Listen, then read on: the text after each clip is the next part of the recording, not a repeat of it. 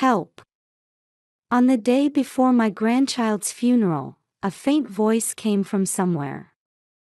Huh? What? As I listened closely, it seemed to be coming from inside the coffin.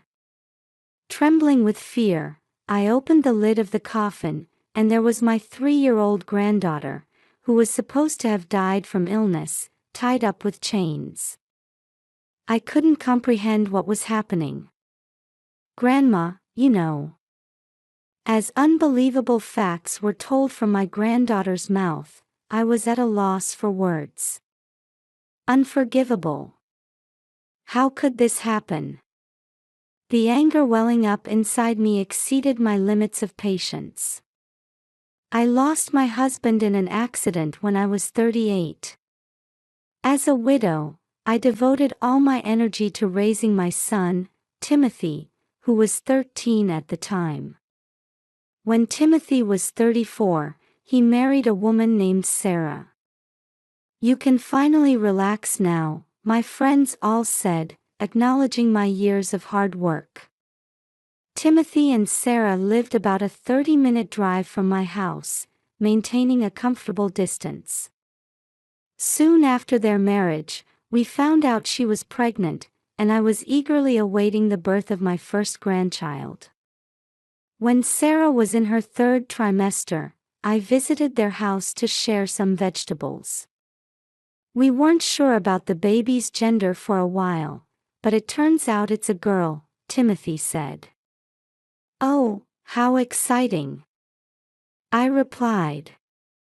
Yes, but I really wanted a boy, he sighed. The couple seemed visibly disappointed at the baby wasn't their desired gender. With a girl, you'll have the joy of choosing cute outfits, I said, trying to cheer them up. Of course, I thought the gender didn't matter as long as the baby was born healthy, but I was trying to boost their spirits. However, they were so shocked they didn't respond at all. Still, I thought once they saw their adorable newborn, they'd forget they ever felt that way. A few months later, my granddaughter was born safely. They named her Olivia, and she was the sweetest little girl. I truly understood the saying, too precious for words. I visited my son and daughter-in-law whenever I could to see my granddaughter. However, as I observed the two of them, something bothered me. Even when Olivia cried for a long time, they hardly paid attention to her. Oh my, what's wrong? I'd say, reaching out to pick her up, but Sarah would glare at me. Mother-in-law. Don't do that, she'll get used to being held. But isn't it pitiful to leave her crying like this? I was trying to help Sarah feel a bit more relaxed, but it seemed that wasn't the right thing to do. Timothy chimed in with a bitter expression, she's just fussy because she's sleepy. It's trendy now to teach them to sleep on their own from an early age. They both looked annoyed that I had voiced my opinion. I suppose child-rearing has changed a lot since my day, I said, deciding to step back and observe for a while. However, as Olivia grew, my doubts about my son and daughter-in-law's parenting only increased. When I visited their house, Olivia was always wearing ill-fitting clothes, and she would eagerly devour the snacks I brought as if she were starving. Are they really taking proper care of her? Worried, I tried to talk to my son about it, hoping to offer some help. Stop nagging. Don't interfere with how we raise our child. Timothy shouted, refusing to listen. What's more, every time I said something, he started treating Olivia roughly. Witnessing such behavior, I found myself unable to speak up and decided to keep quiet. A little while later, around Olivia's 3rd birthday, Sarah became pregnant with their 2nd child. While I was babysitting Olivia during their prenatal checkup, they returned home overjoyed. They had found out their next child would be a boy. Yes. I'm so excited, Timothy exclaimed. That's wonderful news. Olivia, you're going to have a little brother, I said. Yes. I can't wait to meet my brother, Olivia cheered. Seeing Timothy and Sarah's happiness and Olivia's joy, I felt relieved. Maybe they're slowly becoming a real family, I thought. However, my relief was short-lived. Around this time, Olivia started falling ill frequently. Several times, I'd receive a message from Timothy the day before a planned visit saying, "Tomorrow won't work." When I asked why, he'd say Olivia wasn't feeling well. Even when I offered to visit and check on her, they refused. After persistent pleading, they finally allowed me to come over, and I rushed to their house. When I finally saw Olivia after a long time, she looked emaciated. Doesn't she need to be hospitalized? If she's at home, it can't be that serious, right? I asked. Timothy hung his head, covering his face with his hands. We thought it would be better for her to spend her remaining time at home, he said, his voice trembling. Hearing my son speak like this, I knew something was terribly wrong. What's her diagnosis? It must be quite serious, right? I was filled with disbelief and a desire to take Olivia's place if I could. After that, I visited Olivia as often as time allowed, but my son and daughter-in-law gradually prevented me from seeing her, saying, it might tire her out. This went on for about a month, and then it happened suddenly. Olivia has passed away, Timothy informed me, and my world went dark. She was only 3 years old, she had so many joyful experiences ahead of her. Thinking about how I couldn't do anything for her, I broke down in tears. I was also worried about Sarah, who was in her final month of pregnancy, and my heart ached imagining how devastated she must be. When I went to my son's house, funeral preparations were underway, and Olivia was already in her coffin. As I approached the coffin, wanting to see Olivia's face, Timothy, who had just entered the room, stopped me. No, don't open it, he said. She went through tough treatments, so her body is in bad shape. I don't want you to see her like that. That bad? I imagined a truly horrific end, unable to even see Olivia's face. Though part of me couldn't accept it, I tried to tell myself that Olivia would always be in my heart. Changing the subject, I asked my son if there was anything I could help with, but he said, we're fine for now, so I decided to go home for the time being. The next day, I visited their house again. It was the day of the funeral, but strangely, no one else had arrived yet besides me.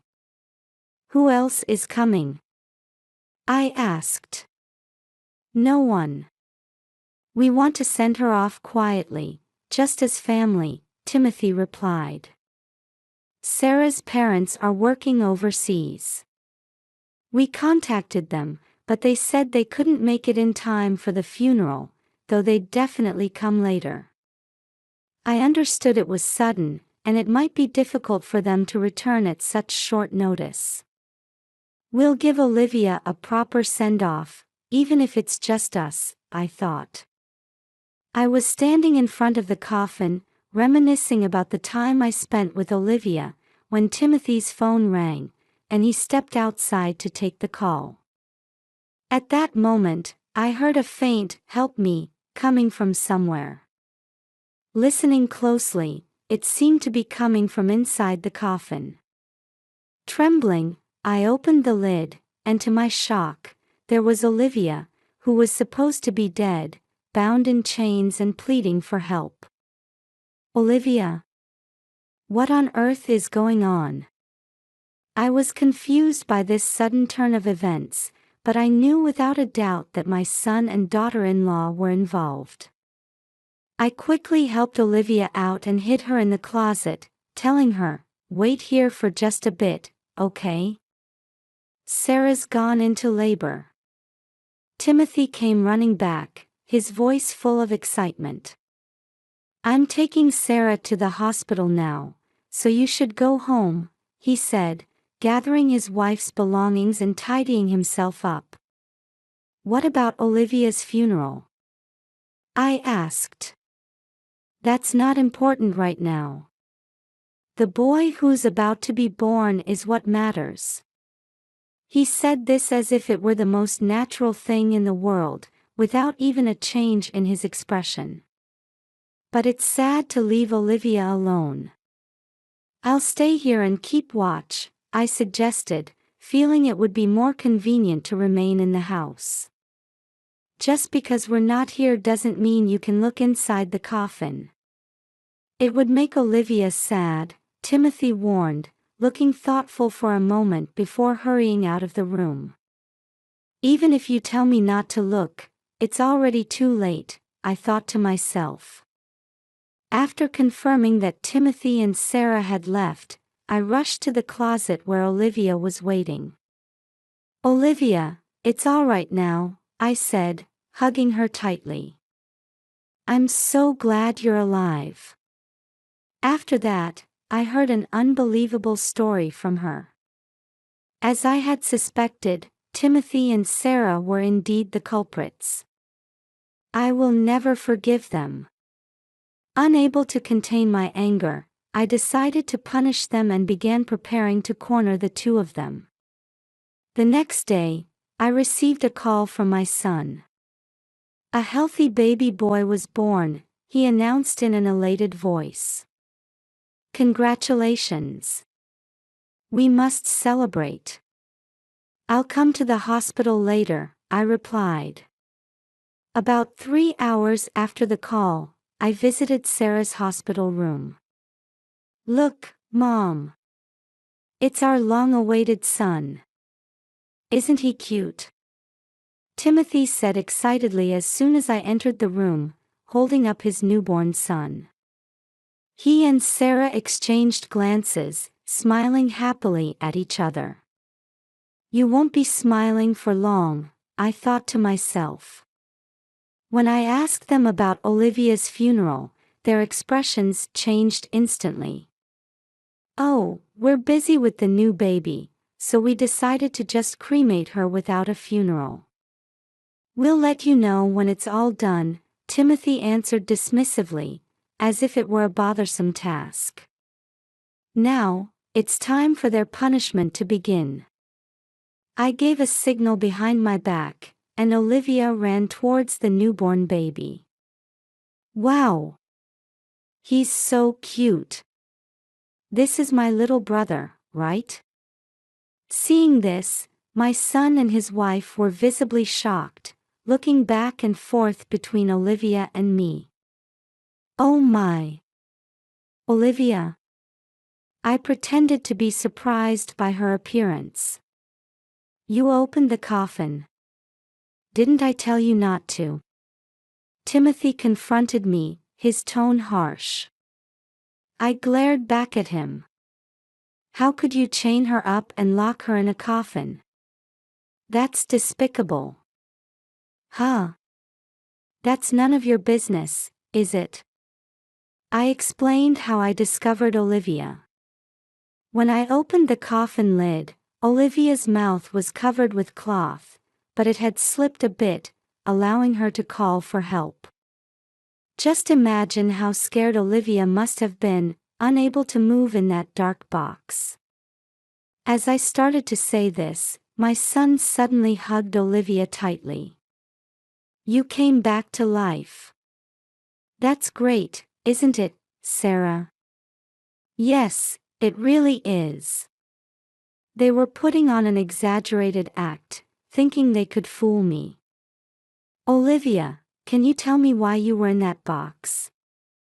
I asked my granddaughter with a gentle smile. Well, Daddy and Mommy wrapped me up tight. Then they said a devil was coming, so I had to wait there, Olivia explained, stumbling over her words but trying her best. She's saying this, but can you explain what it means? I asked. Timothy had lost his earlier bravado and became less talkative. Not wanting Olivia to see me corner her parents, I beckoned her and said, I need to have an important talk with your parents now. Can you wait in the hallway with my friend? Okay, I understand, she replied. I had asked a friend to come along and help me with this situation. After confirming that Olivia had left the room, I slowly turned to face Timothy and Sarah. Now, I need you to explain everything clearly, I said. Unable to withstand my piercing gaze, they quickly averted their eyes. You can't believe what a child says. That's right. She's only 3 years old. Her memory can't be trusted. They desperately tried to deny their actions, refusing to admit what they had done. I took out a notebook from my bag and held it out to them. But what's written here is true, isn't it? Timothy's voice cracked as he asked, How did you? This notebook contained details of their plan. Shall I read it aloud? The funeral is fake, meant to deceive Mom.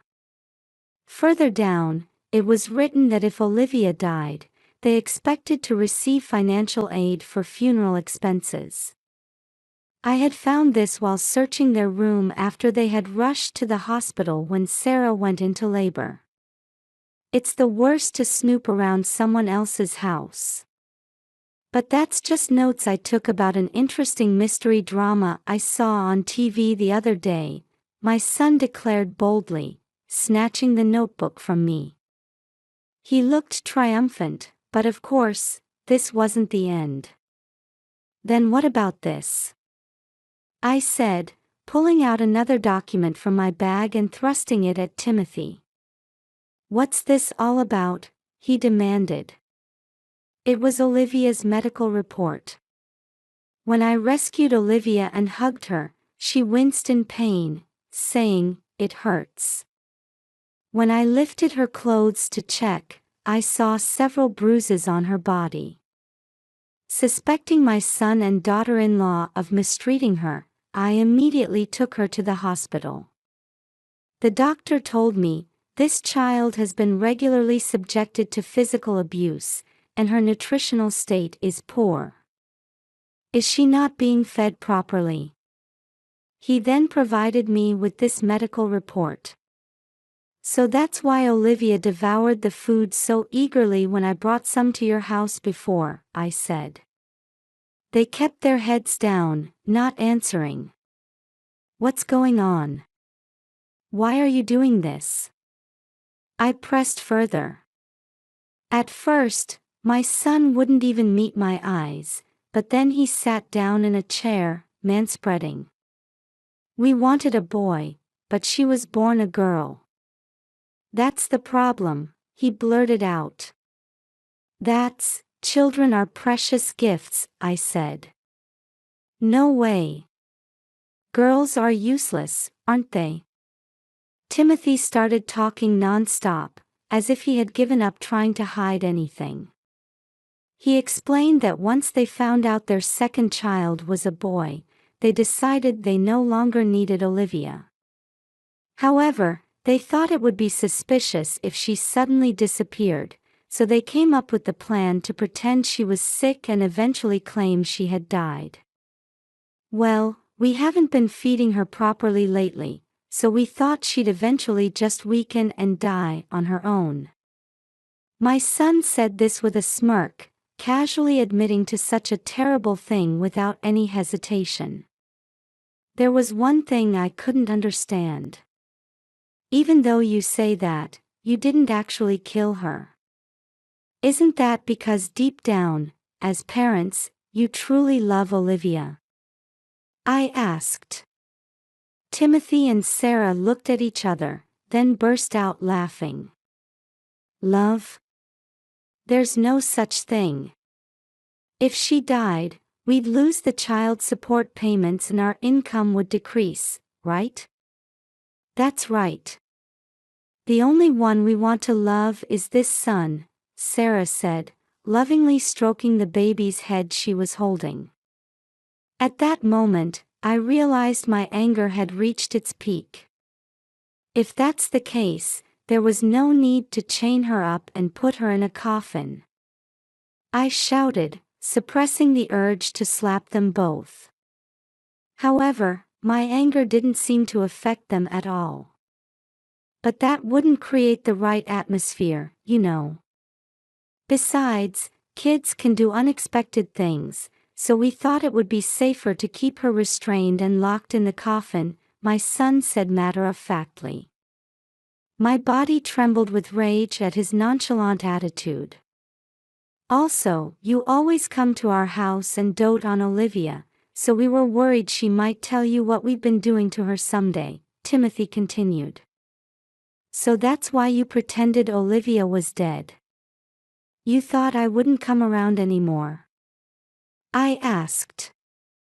Bingo. Timothy said with a grin. Now that we have our boy, you can have Olivia if you want her, he added. That's right. We don't need her anymore, so do whatever you like with her, Sarah chimed in.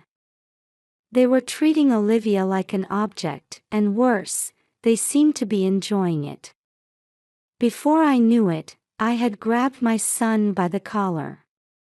Want to fight? I won't go easy on you just because you're my mother, Timothy said provocatively. But I realized that if I gave in to this, I'd be no better than them. So I let go of my son and glared at them both. I'll raise Olivia and your newborn son myself, I declared. What? Are you crazy? We're not giving up our son. No way. They shouted angrily.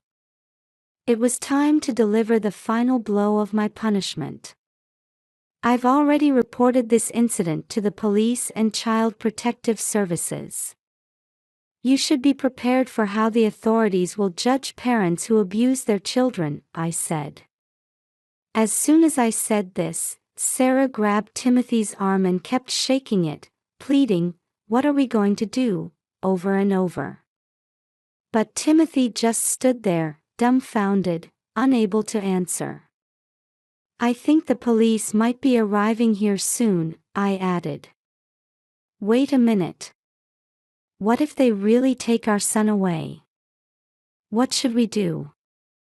Timothy asked. That's not my problem. You brought this on yourselves, I replied coldly. We'll take good care of Olivia from now on, so please tell them your report was a mistake, they begged, bowing their heads to me.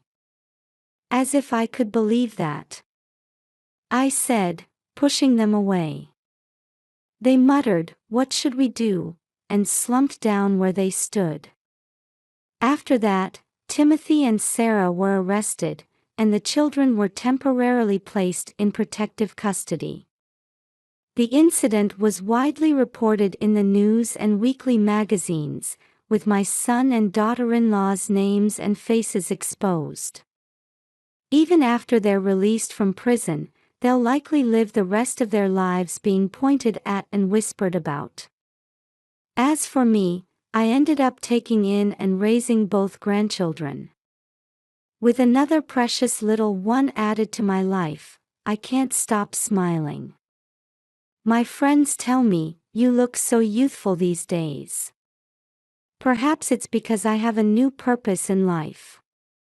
I'm not entirely displeased with the compliment. Olivia is a great help around the house, and I'm truly grateful for her.